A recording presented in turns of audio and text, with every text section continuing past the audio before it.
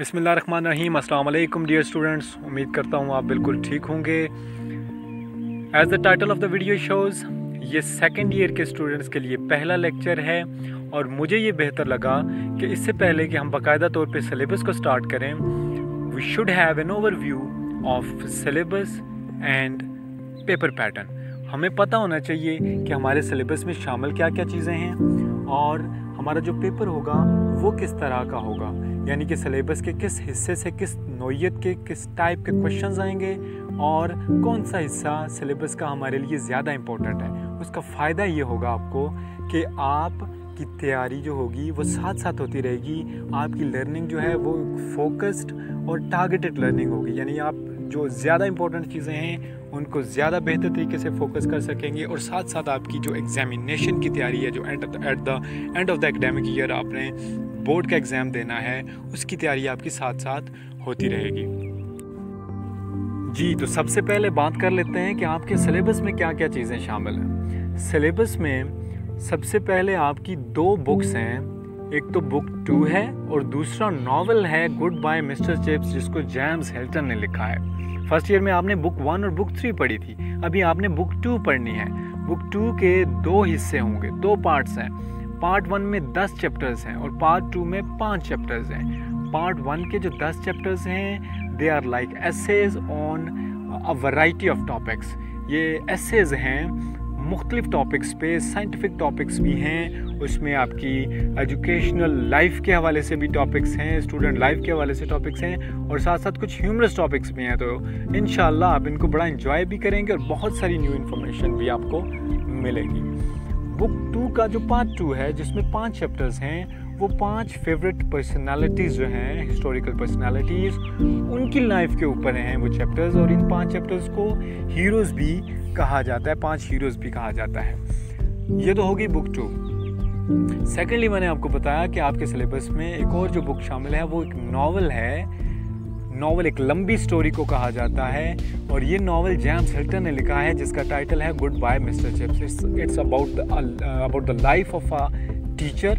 एक टीचर की ज़िंदगी पे ये नावल है और बहुत ही खूबसूरत नावल है। इंशाल्लाह अगर मेरी वीडियोस आप देखते रहेंगे और मेरे लेक्चर्स को सुनते रहेंगे तो novel will be an experience of a life time. आप बहुत ही इंजॉय करेंगे और बहुत सारी चीज़ें इसमें से आपको सीखने को मिलेंगी।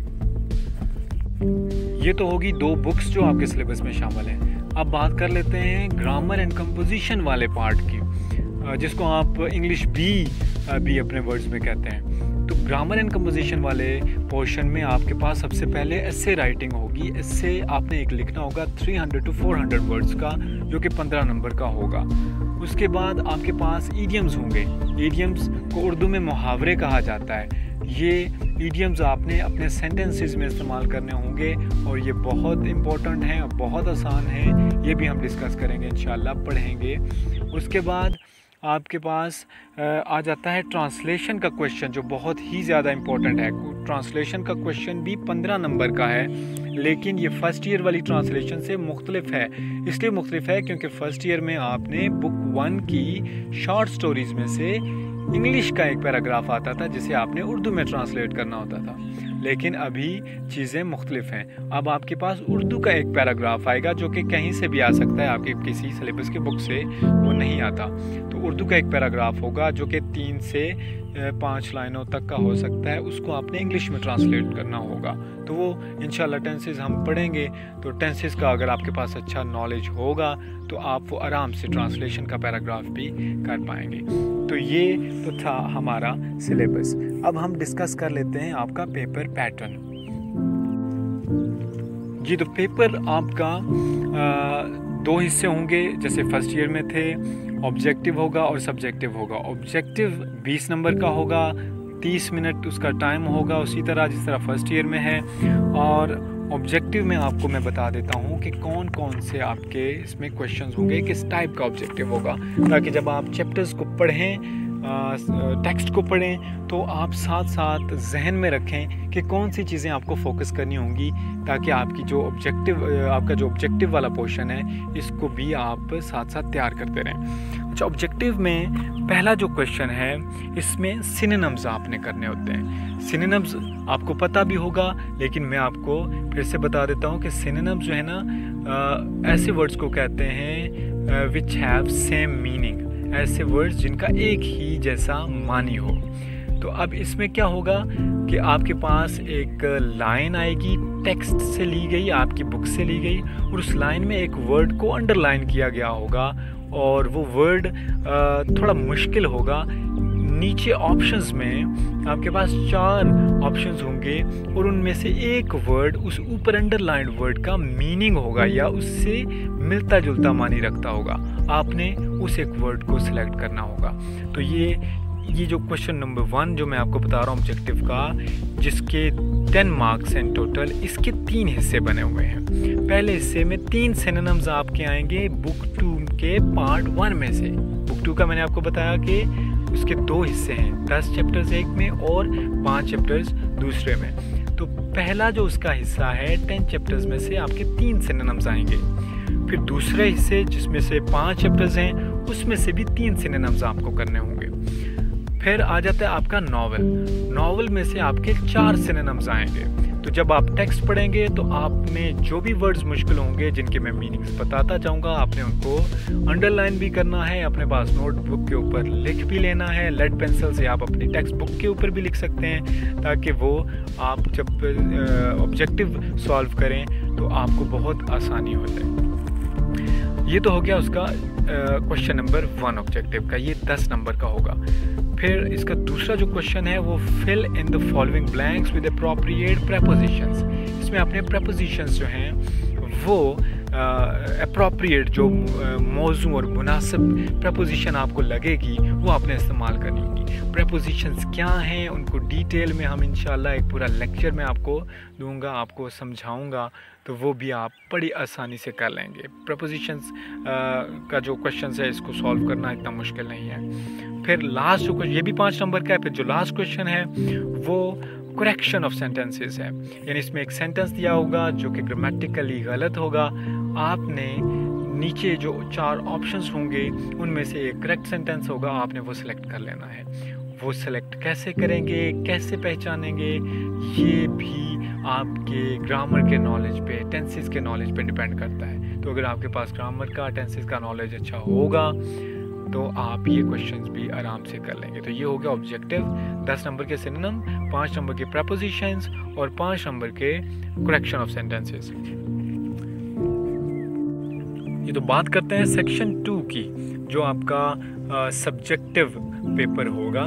सब्जेक्टिव पेपर में जो है ना वो सबसे पहले जो क्वेश्चन है वो शॉर्ट क्वेश्चंस होंगे। आपकी बुक 2 के पार्ट 1 में से तकरीबन 9 क्वेश्चंस आपके पेपर में आएंगे। ये शॉर्ट क्वेश्चंस जिनके 2 नंबर होते हैं क्वेश्चन के, ये 9 क्वेश्चंस आएंगे बुक 2 के पार्ट 1 में से। 10 चैप्टर्स में से 9 क्वेश्चंस और आपने इनमें से 6 क्वेश्चन करने होंगे और टोटल नंबर इनके 12 हैं। फिर सेकंड जो इसका क्वेश्चन होगा उसमें आपकी बुक 2 के पार्ट 2 में से, पार्ट 2 में जो 5 चैप्टर्स मैंने आपको बताया उन 5 चैप्टर्स में से 8 क्वेश्चंस आएंगे और इनमें से भी आपने 6 क्वेश्चंस को आंसर करना होगा। ये भी 2-2 नंबर के होंगे, इनके भी 12 नंबर हैं। यानी इन टोटल आपकी जो बुक 2 है उसके दोनों हिस्सों में से 12 क्वेश्चंस के आपने आंसर करने होंगे और ये टोटल 24 मार्क्स के होंगे। क्वेश्चन नंबर 3 आपका नॉवल में से होगा, गुड बाय मिस्टर चिप्स में से, और इस हिस्से में आपने 12 क्वेश्चंस आपके पास पेपर में मौजूद होंगे और उनमें से आपने 8 क्वेश्चंस का आंसर करना होगा और ये भी 2-2 नंबर के होंगे और इनके जो टोटल मार्क्स बनेंगे वो 16 बनेंगे। तो ये मिला के टोटल जो आपके क्वेश्चंस बनते हैं, शॉर्ट क्वेश्चंस बनते हैं 2-2 नंबर्स के, ये टोटल आपके 20 क्वेश्चंस बनेंगे जिनके 40 नंबर हैं। तो ये एक major part of your paper बन जाता है जो कि शॉर्ट क्वेश्चंस हैं। ये इंशाल्लाह हम साथ साथ जब चैप्टर एक कंप्लीट कर लेंगे उसके बाद हम शॉर्ट क्वेश्चंस को डिस्कस करेंगे और वो आप साथ साथ तैयार करते जाएंगे। अब बात करते हैं नेक्स्ट जो इसका क्वेश्चन है। नेक्स्ट क्वेश्चन में आपने एस्से लिखना होगा। एस्से राइटिंग में आपके पास 4 आपको टॉपिक्स दिए जाएंगे और आपका एस्से जो है वो 300 to 400 वर्ड्स तक होना चाहिए और इसके 15 मार्क्स होंगे। अब एसेज कैसे तैयार करेंगे वो एसेज में आपको इम्पोर्टेंट टॉपिक्स बताता जाऊंगा। एसेज हम लेक्चर्स में डिस्कस भी कर लेंगे, फिर आपने उनको प्रिपेयर कर लेना है एग्जामिनेशनल पॉइंट ऑफ व्यू से। नेक्स्ट बात करते हैं जी, जो नेक्स्ट क्वेश्चन है वो है use of idioms in sentences. आपके पास ईडियम्स मैंने आपको बताया मुहावरे होंगे इंग्लिश में, और ये आपके पास पेपर में 8 मुहावरे या ईडियम्स आपको मिलेंगे। आपने इनमें से 5 को अपने सेंटेंसेस में इस्तेमाल करना होगा, और सेंटेंसेस ऐसे जिससे उस ईडियम का मीनिंग क्लियर हो जाए।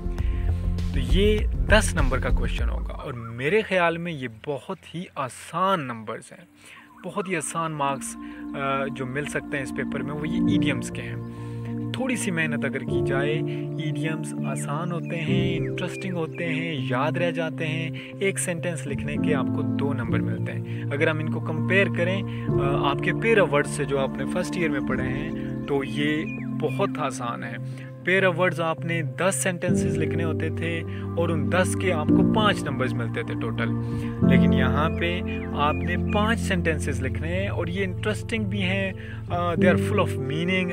बहुत मीनिंगफुल होने की वजह से याद भी रह जाते हैं। तो फिर इनके नंबर, आप एक सेंटेंस लिखेंगे आपको 2 नंबर मिलेंगे, 5 सेंटेंस के 10 नंबर आपके बन जाएंगे। तो ये बहुत आसान नंबर्स हैं। ये भी साथ साथ हम ईडियम्स जो है ना कुछ हर लेक्चर में मैं कोशिश करूँगा आगे कि शामिल करता जाऊँ, ताकि आप इनको साथ साथ ही तैयार करते जाएं, समझते जाएं, अपने सेंटेंसेस में यूज़ करते जाएं। लास्ट जो क्वेश्चन होगा ये 15 नंबर का है और ये है आपकी ट्रांसलेशन। उर्दू से इंग्लिश आपने ट्रांसलेट करना होगा, और मैंने आपको बताया कि अगर आप टेंसेस को समझेंगे, इंशाल्लाह मैं टेंसेस पे वीडियोस बनाऊंगा, आप टेंसेस को समझ लेंगे तो ये ट्रांसलेशन का पैराग्राफ आपके लिए बहुत ज़्यादा आसान है, और अगर आप नहीं समझेंगे तो फिर ये बहुत मुश्किल हो जाएगा। ये था जी आपका पेपर पैटर्न। उम्मीद है कि बहुत सारी चीज़ें आपको क्लियर होंगी। अब आप मेंटली प्रिपेयर होंगे कि आप अपने सिलेबस को बाकायदा से स्टार्ट करें। तो इंशाल्लाह अगली वीडियो में हम चैप्टर 1 जो है बुक 2 का वो स्टार्ट करेंगे। तब तक के लिए अल्लाह हाफिज़।